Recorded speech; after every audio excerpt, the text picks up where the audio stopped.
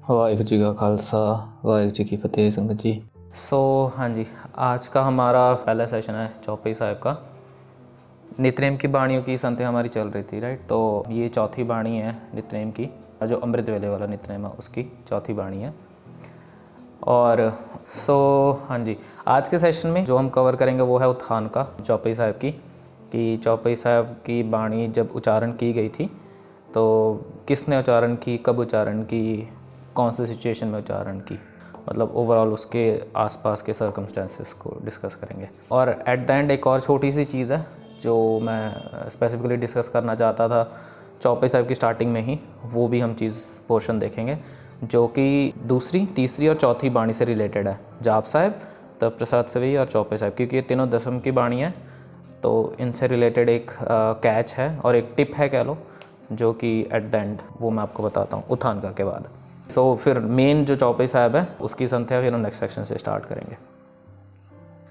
Start करते हैं आज का। हाँ जी, चौपाई साहिब की उत्थान का, है ना। ये जैसे मैंने कहा कि ये चौथी बाणी है नितनेम की।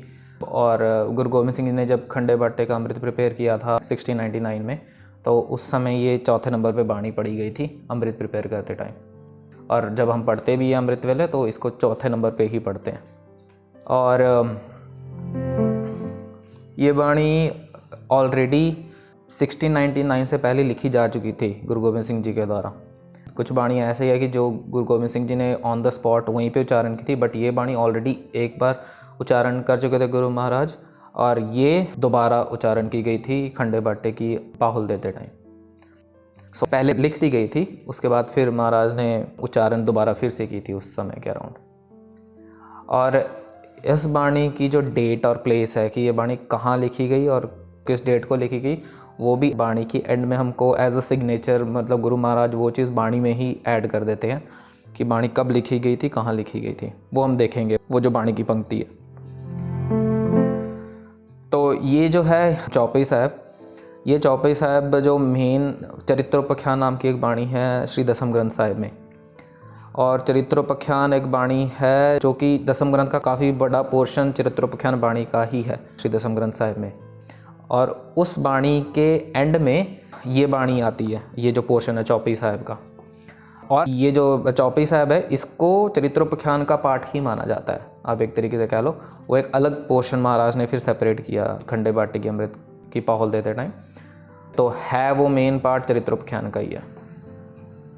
जैसे तप प्रसाद सवेई में भी आपने देखा होगा, वो अकाल उस्तत बाणी का एक पार्ट है। जो तप प्रसाद सवेई जो हम पढ़ते हैं श्रावक सुध, जो हमारी तीसरी बाणी हमने देखी थी, वो अकाल उस्तत बाणी का एक पार्ट है, वो अकाल उस्तत बाणी में ही आता है वो पोर्शन। और चरित्रोपाख्यान बाणी में गुरु महाराज बेसिकली हमको अवेयर करते हैं जो अलग अलग टाइप के कैरेक्टर्स के लोग हैं हमारे आसपास। चरित्र, उनका कैरेक्टर, उनसे अवेयर करवाते हैं गुरु महाराज ओवरऑल हमको, सो दैट कि उनका सिख, उनका खालसा अवेयर हो। जस्ट ऐसे ना रहे कि, है ना, कोई भी किसी भी तरीके से बना के चला जाए, है ना। He must be aware, he she must be aware कि कैसे लोग हैं अराउंड, अच्छे बुरे जैसे भी है। उनकी कैरेक्टरिस्टिक्स इसमें लिखी गई है इस बाणी में। और टोटल 405 चरित्र हैं उस बाणी में। तो क्या होता है कि वो जो 405 चरित्र है, फिर उसका क्या होता है कि फिर at the end Guru Maharaj कह लो कि एक बेनती के रूप में अकाल पुरख को कहते हैं कि तुम हमको बचाओ, है ना, क्योंकि काफ़ी ऐसे चरित्र भी है जो कि बैड है ना। तो नॉट जस्ट दोस्त चरित्र बट ऑल्सो महाराज ओवरऑल कह रहे हैं कि जो हमारे अंदर के चोर हैं और जो बाहर के ऐसे चरित्र हैं, है ना, उन सब से रक्षा करो। चौपैया वो बाणी में ही है, कबयो बाच बेनती, है ना। बेनती के रूप में अकाल पुरख को संबोधित किया गया है गुरु महाराज ने इस चरित्रोपाख्यान बाणी के एंड में। और हाँ जी, जैसे मैंने कहा 1699 में ये बाणी फिर दोबारा गुरु गोबिंद सिंह जी ने रिसाइट की थी खंडे बाटे की अमृत के पाहुल के टाइम। और फिर सिखों को उन्होंने इंस्ट्रक्ट किया था कि ये बाणी तुमने नित्यनेम में इंक्लूड करनी है। ये गुरु महाराज का वहाँ पे इंस्ट्रक्शंस थे। मूविंग फॉरवर्ड, ये बाणी की जो डेट है वो लिखी गई थी 8 भाद्रो 1753 बिक्रमी संवत। बिक्रमी संवत उस समय के लूनर कैलेंडर के हिसाब से एक था कैलेंडर जो उस समय वही फॉलो होता था। तो विक्रमी कैलेंडर के हिसाब से उस समय डेट थी 1753 8 भाद्रो। भाद्रो जो देसी महीने होते हैं उनमें है भाद्रो। और उसको अगर हम कन्वर्ट करते हैं तो 1696 हम जो भी कैलेंडर फॉलो करें उसके हिसाब से 1696 ईयर बनता है। और एज यू कैन नोटिस कि 1696 और 1699 में खंडे बाटे की दाद दी थी महाराज ने, तो इधर ऑलमोस्ट 3 साल का गैप है ना। सो ये मतलब 3 साल पहले उच्चारण कर दी थी गुरु महाराज ने, और ये उच्चारण की गई थी सतलुज दरिया के तट पे, और जो दिन था वो था संडे का। अब ये जो पूरी की पूरी जो आपको मैंने डेट, डे और कहाँ पे उच्चारण किया गया ये मैंने आपको बताया, ये चौपाई साहब की बाणी के एंड में आता है, जिसमें गुरु महाराज ने ये वाली चीज़ जो है इसमें अंकित की गई है। सो चौपाई संबत 17 सहस पणिजय अर्ध सहस फुन 3 कहिजय भाद्रव सुदी अष्टमी रविवारा तीर सतद्रव ग्रंथ सुधारा। कुछ चौपाई साहब में आपको पता होगा कि ये वाला पोर्शन नहीं आता है, जैसे इवन दरबार साहब में भी या कुछ SGPC के जो रिलेस्ड गुटका साहब हैं उसमें नहीं आता। उनमें चौपाई साहब खड़ग केत में शरण तिहारी वाली जो लास्ट वाली पौड़ी है वहीं पे ख़त्म हो जाता है, मतलब 25 पौड़ियाँ हैं। बट जो मेन संप्रदा में कराया जाता है दमदमी टकसाल में वो चौपाई साहब 2 पौड़ियाँ उसके आगे और हैं। सो खड़ग केत में शरण तिहारी आप हाथ ते ले हो बारी सर्ब ठौर मोह हो सहाई दुष्ट दोख ते ले हो बचाई। यहाँ पे हम एंड कर देते हैं, बट उसके आगे एक और है जैसे कृपा करी हम पर जग माता, वो एक पौड़ी है, उसके बाद फिर एक की ये पौड़ी आती है, फिर उसके बाद में फिर चौपाई आती है, ये वाली जो चौपाई हम देख रहे हैं। तो जिन्होंने तो वो वाला वर्जन पढ़ा होगा उनको ये वाली चौपाई के बारे में अवेयरनेस होगी कि ये एक है। जिनके लिए पूरा नया है सो आप फिर नोट कर सकते हो, जो पढ़ते भी होंगे उनको भी शायद नहीं पता हो। सो हम एक एक करके अभी रिलेट करते हैं ये जो डेट है ये यहाँ पे कैसे मैच हो रही है। सो सबसे पहली चीज़ है ये है संबत 17 है। सो ये संबत जो है ये इस पे रिलेट हो रहा है। सो संबत विक्रमी संबत, सो यहाँ पे हमको कैलेंडर पता लग गया। संबत 17 सहस, सहस होता है 100, सहस का लिटरल ट्रांसलेशन है 100 100, और 17 हो गया 17, तो ये हो गया 1700, 17 सहस। तो यहाँ पे हमको ये 1700 मिल गया ये दोनों वर्ड से, है ना 1700। संबत 17 सहस पणिजय अर्ध सहस, फिर क्या है सहस फिर से आ गया, ये क्या है 100 है, और आ गया अर्ध, अर्ध हो गया हाफ। सो 100 का हाफ क्या हो गया 50, अर्ध सहस फुन 3, ये होगा 3, ये हमारा होगा 3। सो 50 + 3 53। सो ये हमारा 53 ये दूसरी वाली पंक्ति में आ गया। तो ये जो ऊपर वाली 2 पंक्ति इसमें हमको पता लग गया ईयर कौन से ईयर में लिखा गया था, और संबत पता लग गया कि विक्रमी संबत है।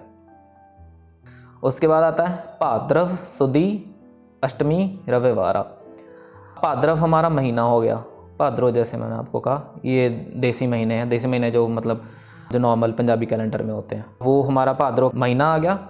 सुदी, सुदी आप कह लो कि उस समय डेट को रेफ़र करने के लिए सुदी वर्ड यूज़ होता था उस कैलेंडर में। मून के हिसाब से वो कैलेंडर है, तो मून के हिसाब से जो कैलेंडर था उसकी जो डेट होती थी, पहली डेट होती थी, उसको कह देते थे पहली सुदी, दूसरी सुदी, ऐसे, है ना।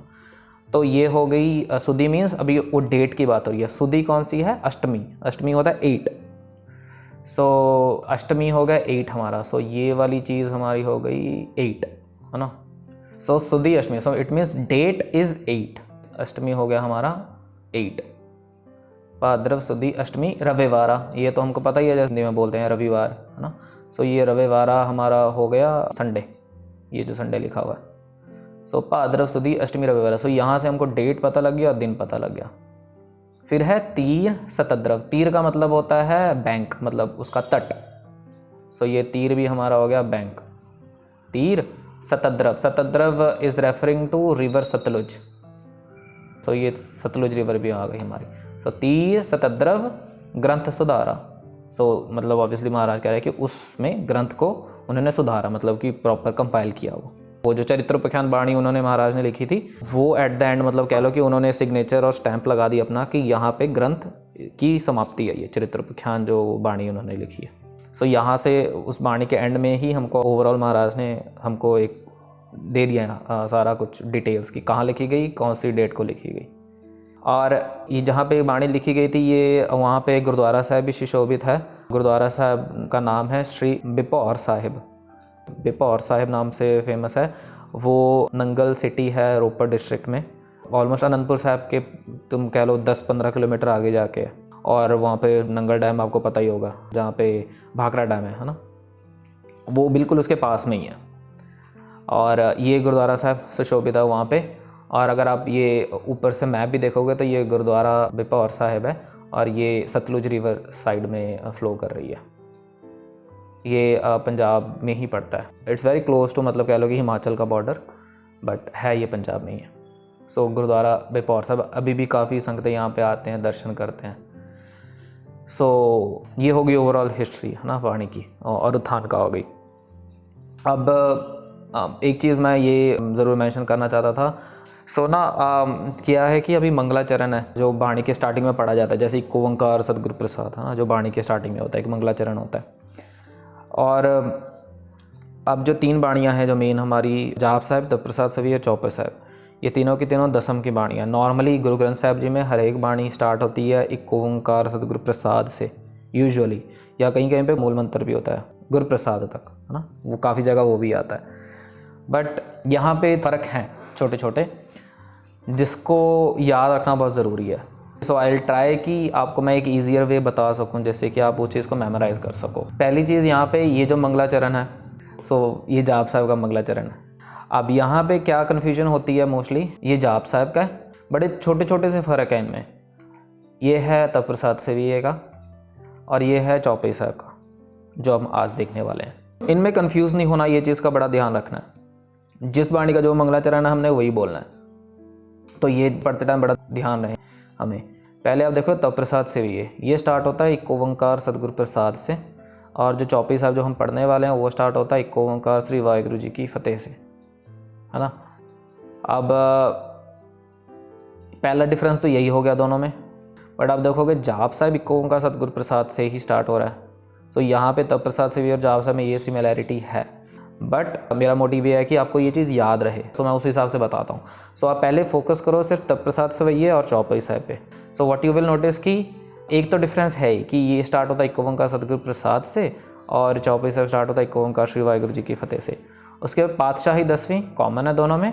उसके बाद आता है बाणी का नाम, यहाँ पे आता है तप प्रसाद सेविये, यहाँ पे आता है कबयो बाच बेनती चौपई। सो पातशाही 10वीं कॉमन है, वो याद रखना आसान है। उसके बाद जो बाणी पढ़नी है वो तो हमको पता ही है कि हम कौन सी बाणी स्टार्ट करने वाले हैं, तो हमने उस बाणी का नाम लेना है, ये भी क्लियर हो गया हमारा। अब जो मेन डिफरेंस रह गया वो है सबसे ऊपर वाली जो पंक्ति है उसकी, एक ओंकार सतगुरु प्रसाद तप प्रसाद सेविये का है और एक ओंकार श्री वाहिगुरु जी की फतेह चौपई साहिब का। तो आपको जब भी आप तप प्रसाद सेविये चौपई साहिब स्टार्ट करने वाले हो तो आपको ये चीज़ ध्यान देनी है कि जब आप तप प्रसाद सेविये पढ़ रहे हो तो आपने स्टार्ट करना है एक ओंकार सतगुरु प्रसाद, है ना, और चौपई साहिब स्टार्ट कर देना आपने कहना एक ओंकार श्री वाहिगुरु जी की फतेह। उसके बाद पातशाही 10वीं और बाणी का नाम, सिमिलरली पातशाही 10वीं बाणी का नाम, दोनों में वो चीज़ आपने वैसे ही फॉलो करनी है। अब जाप साहिब में ये फ़र्क है कि यहाँ पे एक ओंकार सतगुरु प्रसाद श्री वाहिगुरु जी की फतेह दोनों हैं। सो ये एक डिफरेंशिएटिंग फैक्टर है जिससे आपको हेल्प मिलेगी इनमें डिफरेंशिएट करने का, क्योंकि अगर ज़्यादा सिमिलर हो तो कई बार कन्फ्यूजन होती है। यहाँ पे क्या है कि दोनों के दोनों हैं। सो आपको ये याद रखना है कि तप प्रसाद साहिब में सिर्फ एक ओंकार सतगुरु प्रसाद है, चौपई साहिब में सिर्फ एक ओंकार श्री वाहिगुरु जी की फतेह है, पर जाप साहिब में एक ओंकार सतगुरु प्रसाद श्री वाहिगुरु जी की फतेह दोनों है।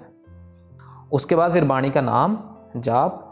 यहाँ पे एक डिफरेंस अब ये है कि पातशाही 10वीं ऐसे बीच में नहीं आता है जैसे बाकी 2 बाणी में आता है, यहाँ पे आता है श्री मुखवाक पातशाही 10वीं, यहाँ पे थोड़ा सा ये फ़र्क है। बट जैसे कि आप बाणी को बार बार पढ़ते जाओगे आपका ये वाला पोर्शन ऑटोमेटिकली चलंत हो जाएगा जब आप कहोगे कि जाप श्री मुखवाक पातशाही 10वीं, है ना। वैसे तो पढ़ना चाहिए कि जाप थोड़ा सा ठहराव फिर श्री मुखवाक पातशाही 10वीं, पर मैक्सिमम का ये होता है कि वो एक साथ जुड़ जाता है। तो जाप श्री मुखवाक पातशाही 10वीं ऐसे करते हैं। सो मैक्सिमम का अगर आप जाप तक पहुंच जाते हो तो श्री मुखवाक पातशाही 10वीं आपका ऑटोमेटिकली ही मुंह से निकल जाएगा, वो आपको मेमोराइज़ करने की ज़रूरत भी नहीं होगी। बट मेन जो होता है वो स्टार्टिंग वाले के होता है, जो स्टार्टिंग वाली जो पंक्तियाँ होती हैं, है ना। सो मिक्स मैच ना हो, हमारी ये चीज़ ध्यान रखनी है कि एक ओंकार श्री वाहिगुरु जी की फतेह हम कहीं तप प्रसाद सेविये जाप साहिब में ना लगा दें, है ना, मतलब स्टॉप पे ना लगा दें। सो जिसकी जगह जहाँ पे है वैसे ही लिखना है, ठीक है। बिकॉज महाराज ने जैसे हमको उसकी दाद दी है, जैसे हमको पढ़ने की हिदायत दी है, हमने वैसे ही पढ़ना है। अपनी तरफ से कुछ मैक्सिमम गलती से ही ऑब्वियसली होगा, पर ऐसे भी नहीं करना कि चलो कर लिया तो क्या ही हो गया। सो इस चीज़ का ध्यान देना है। सो ये तीनों के डिफरेंसेस है, होपफुली आपको याद रहेगी। सो ये हो गए हमारे डिफरेंसेस तीनों बाणियों के मंगलाचरण के, और ये इसलिए अलग से नोट किए गए हैं बिकॉज ये तीनों के तीनों दसम बाणियों की है, ठीक है, और इनके स्टार्टिंग में ऐसे ऐसे फ़र्क हैं। तो नेक्स्ट सेशन हम स्टार्ट करते हैं नेक्स्ट वीक। सो हाँ जी, आज के लिए इतना ही जी। भुल्ला चुका दी खिमा। वाहिगुरू जी का खालसा, वाहिगुरू जी की फतेह।